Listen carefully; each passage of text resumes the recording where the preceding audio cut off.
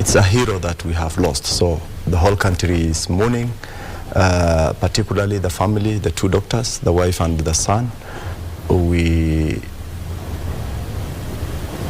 During this time, difficult time, we tell them that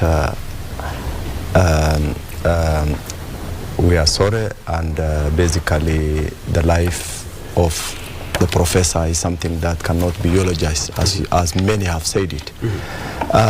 One thing that I will say about him is that he's a fine surgeon. You know, a surgeon doesn't gamble with the human body. So when you take your knife and you want to cut, then you will only cut what you know you're going to save the life of that particular person.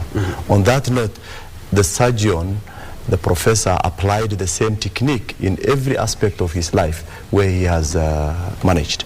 For example, the university, when he was a vice chancellor, you know, he has managed it very well. Everybody knows the record that he has left behind.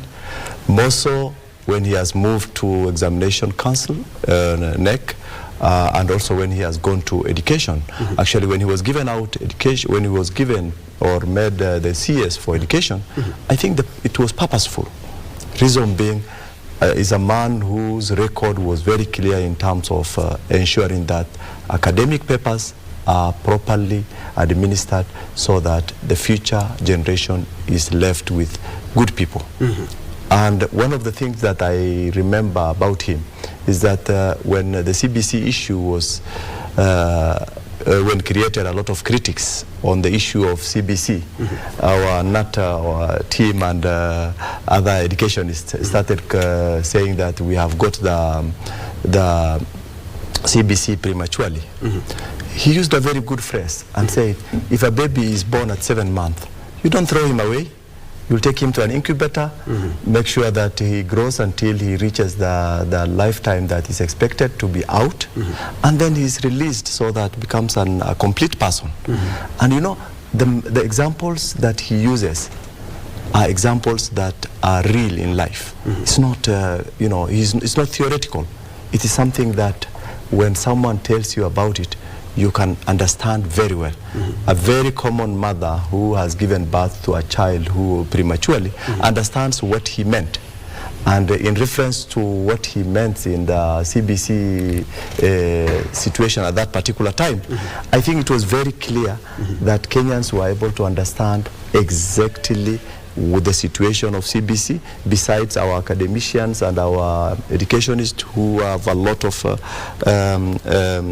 information in terms of education, but to a common person might not be very clear with them.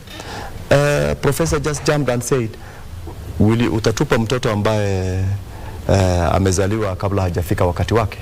You know, and then a common person, a mama who is in my village, Takaba, they are down there in Mandera West, will go into understand, oh, when a baby is born prematurely, he has to be taken into an incubator, which is equivalent to a uterus. I mean, that's how they are kept in the normal temperatures that are needed for a baby to grow in the fetus to grow in the uterus. And then once the baby reaches the right weights and the right, you know, required status, then the baby is moved out of the incubator and introduced outside. So that was a perfect, you know, example that he has used, and I think he has made great in terms of making sure he has demystified the whole issue of CBC, which most of us didn't understand very well. With that, we went a bit very far.